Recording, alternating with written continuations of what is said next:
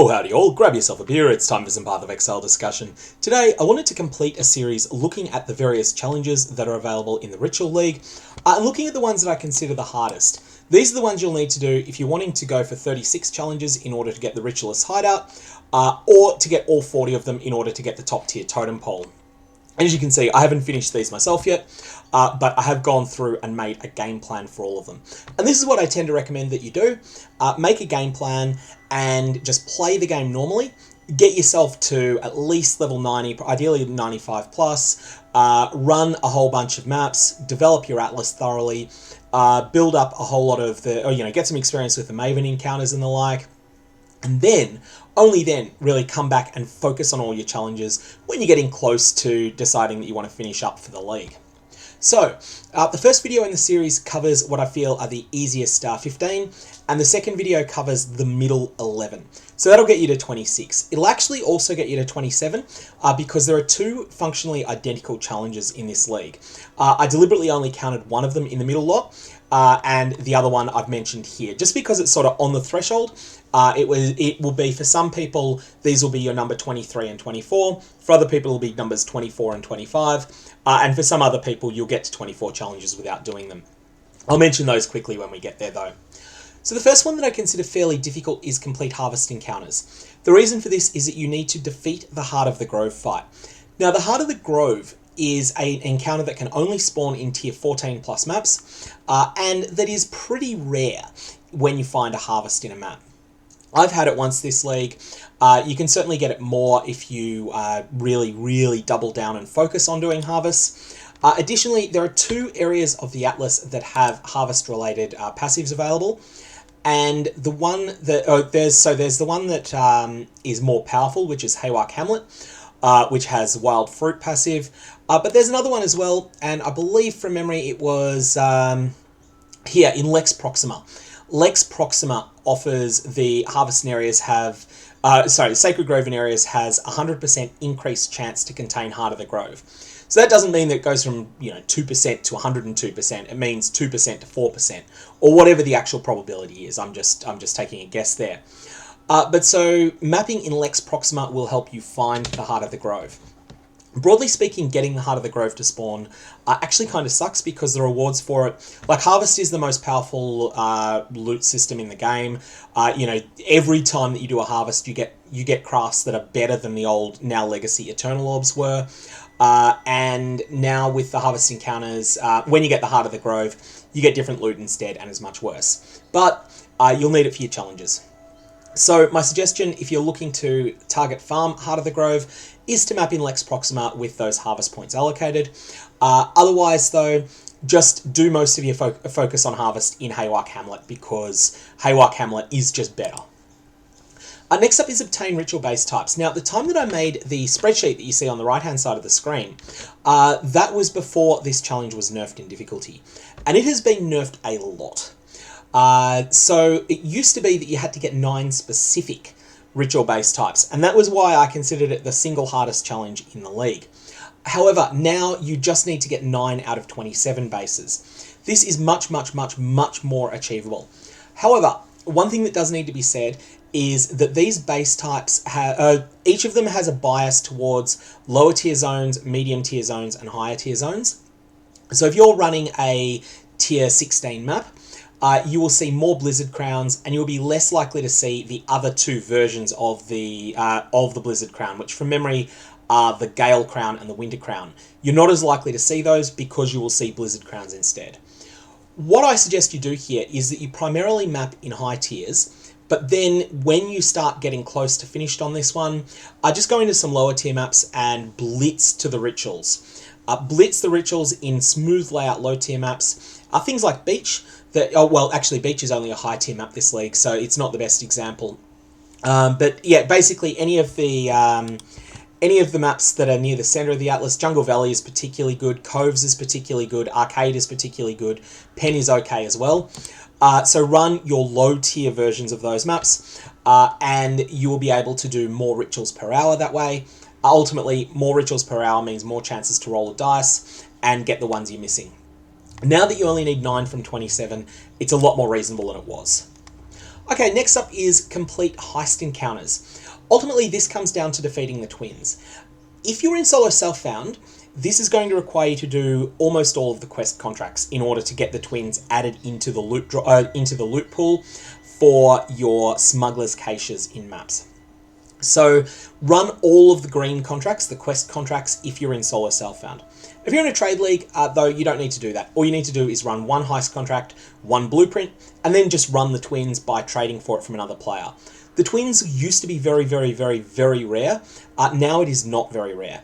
It drops in tier 14 and higher maps, and it is much more likely if you map in Lyra Arthane, and of course I always keep hitting the wrong button there. If you map in Lyra Arthane with Inside Job and all of the precursors set, then you'll be much more likely to find the twins. I've had 2 copies of it drop this league, and I haven't been playing nearly as much as I normally do. So, next up we have Complete the Maven's Quest. This is functionally a copy of Allocate Atlas Passive trees, and I just wanted to put one of them in 24 and one in 36 because these both straddle a line. Essentially, this means just running all of the Maven's quests, including the 10-way boss fight, in each of these zones. Now, you'll notice I've done all of them except Lex Proxima, and that's because the last time I had a 10-way fight in Lex Proxima, the game completely crashed, and I haven't gone back and done another one. One thing that's very important with these 10-way fights is that you need to respect the harder bosses. You do not ever, ever, ever want to capture the Vale Temple boss for this, because if you do capture the Vale Temple boss, you're going to have to fight them in the 10-way encounter.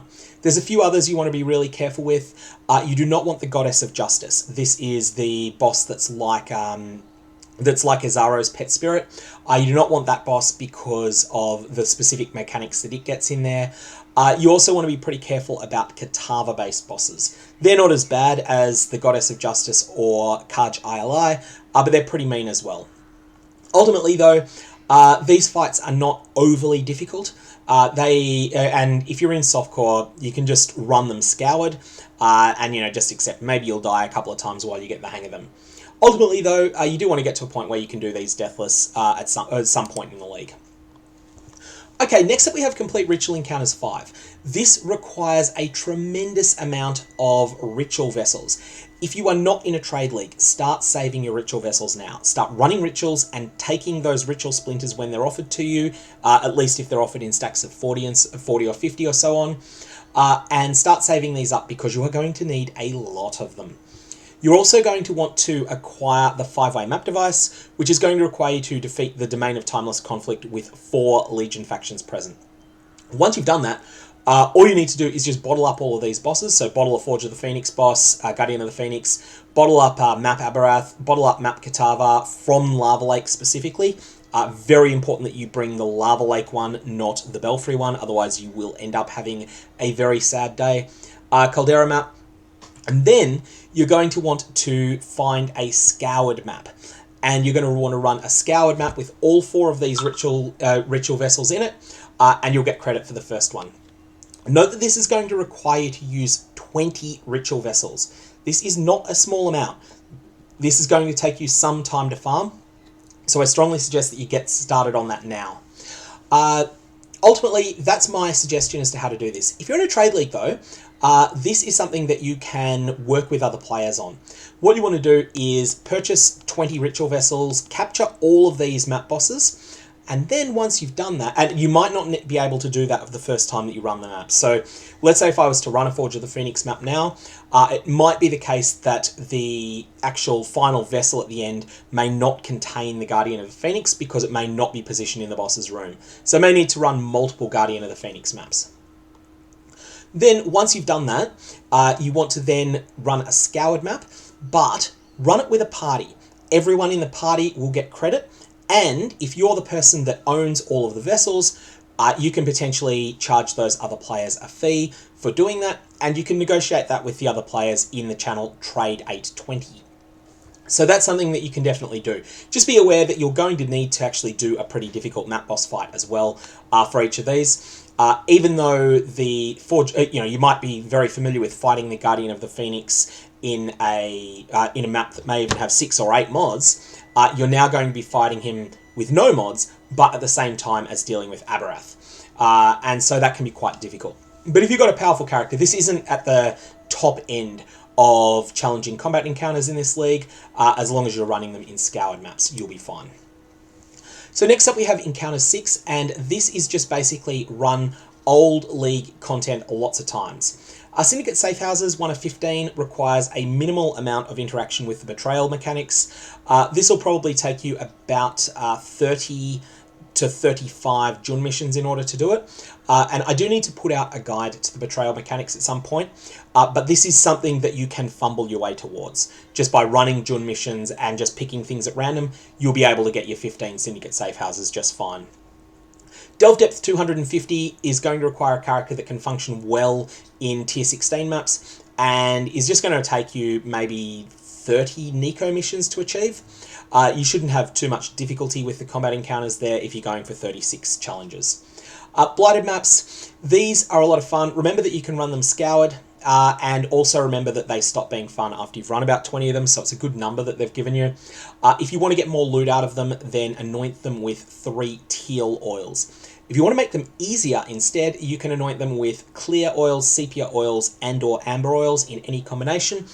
Each of those will make the blighted map easier than it otherwise would be without amping up the loot, whereas the teal oils are very cheap and they will amp up the loot considerably. Metamorphosis in Tane's lab. All you're going to want to do here is jump down into Veldo's Rest. You're probably going to be taking Diplomatic Escort with your first 4 points. But then after that, the sections in Veldo's Rest are pretty good anyway. Like all these options are pretty good. And I think that this is the best 10 points in Veldo's Rest for typical mapping, even though there's some good blight options as well. Once you've got these, high yield will double the speed at which you collect your metamorph samples. Repeated experiment will increase the probability of getting a sample slightly, because if you're running a map that has multiple bosses, you'll be able to make multiple samples. So with that in mind, collecting the 50 samples, itemized samples that you need in order to fight these metamorphs is pretty easy. Next up, we have the hardest one. Allocate Uncharted Realms Passives, and you can see I've got 4 of 12 at the moment. This is the single hardest boss encounter that has ever been seen in a challenge in Path of Exile. This is absolutely something that if you're in solo self-found, this is going to be your 40th challenge, and it is very difficult. You're going to need to defeat all of the 6 new difficult boss encounters that have been added. So this is fighting the Maven herself in the Maven's Crucible, which is arguably, actually in the absence of Mercy and Empathy, which is arguably the easiest of these encounters, or the second easiest.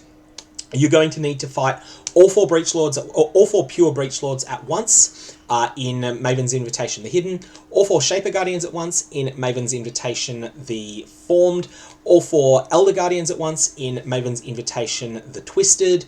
You're going to need to fight all 4 Synthesis bosses, not the Cortex, at once in Maven's Invitation, the Forgotten, and you're going to need to fight the hardest encounter of all, which is the Maven's Invitation, the Feared, where you're going to have to fight Chayula.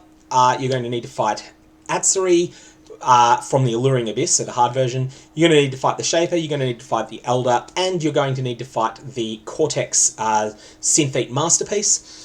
All 5 of these pretty much at the same time in a Maven instance. While you're doing this, of course, the Maven will be throwing little bits of disruption at you as well. Do all of these encounters, and congratulations, you can allocate your 12 Uncharted Realms passives.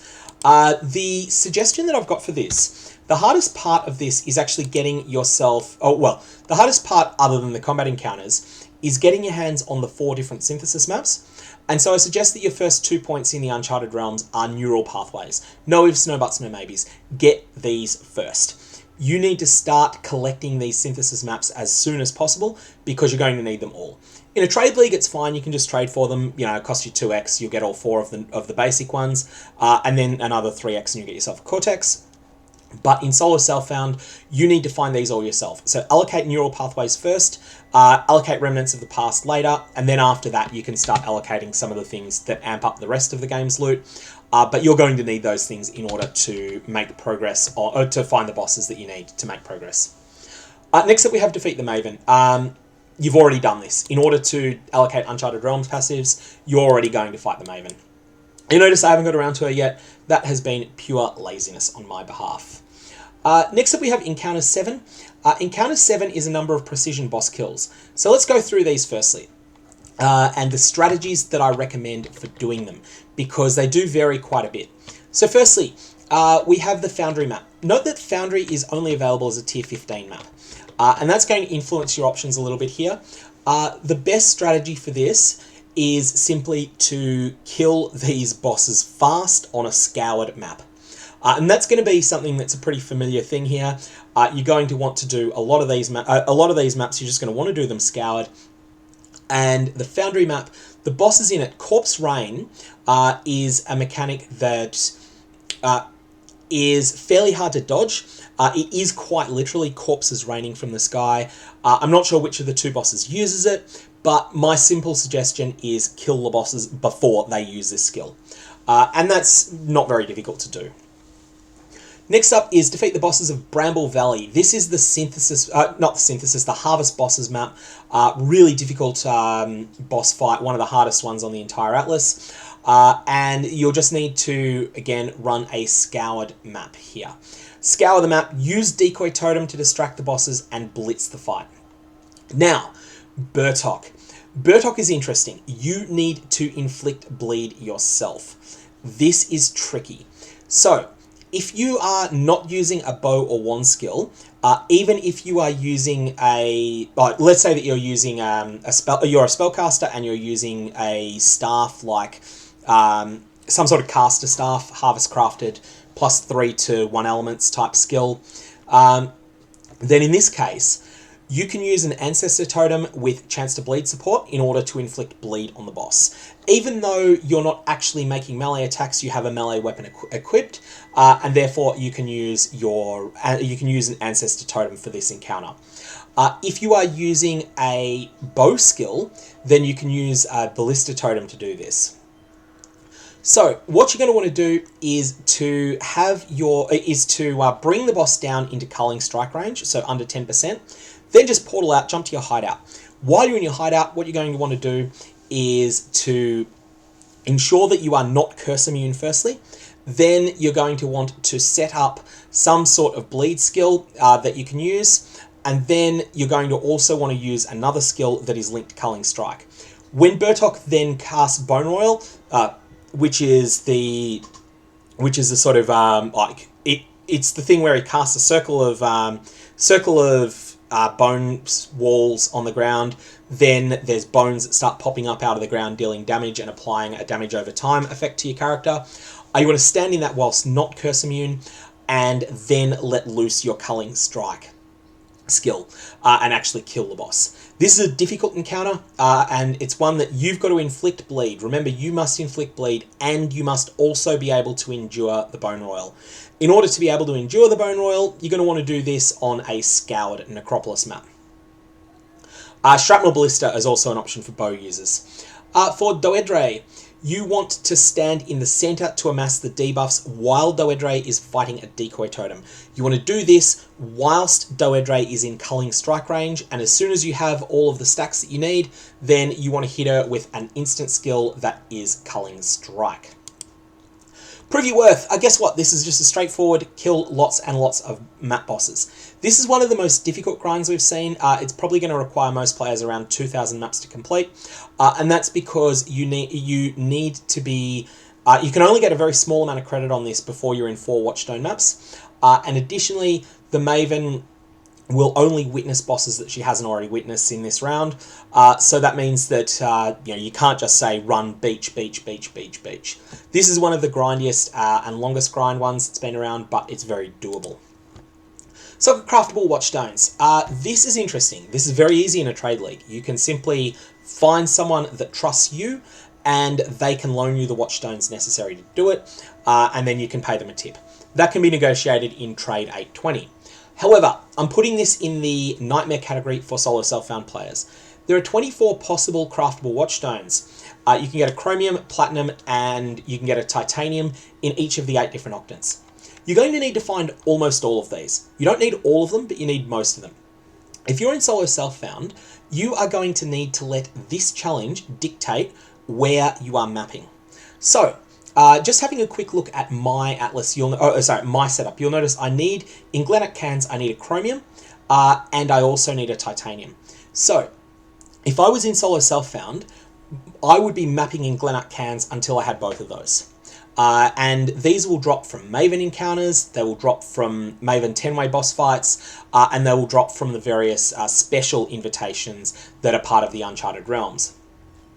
So I'd just be running those, running maps in Glenat cans, and also running special encounters like the Breachlord, the 4 Breachlord encounter, in order to acquire all of those until I had them.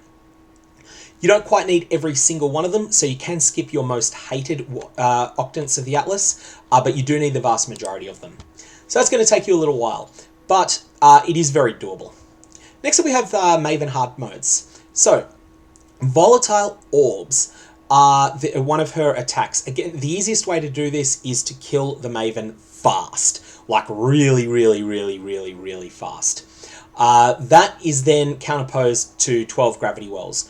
Gravity wells are the things that she drops on that are dropped on the ground that persist, and those are spawned by one of her attacks that fires 3 projectiles that track you, and then when they hit you, they are like the shaper balls. So you're probably not going to achieve both the first and the second one in the same run. For the first one, you just want to kill the Maven as quickly as possible. For the second one, you need to let the gravity wells build up over time, which will make the fight a lot harder. To defeat the Maven without failing her memory game, this is something that you need to see the fight to really understand. The Maven will give you a list of locations to travel to on the map. She'll give you a list of 6 locations to travel to. So basically there's 3 possible regions of the map. So she essentially splits the map into 3 regions. There's north, which is between 10 o'clock and 2 o'clock on a clock dial, on a clock face. There is east, which is between 2 o'clock and south, so 6 o'clock. And there is west, which is... So you will need to beat the Maven's memory game encounter without stuffing this up. So basically without making a single mistake on it. It is an instant kill mechanic. Basically, it is sort of tankable, but it's not tankable by an ordinary character anyway.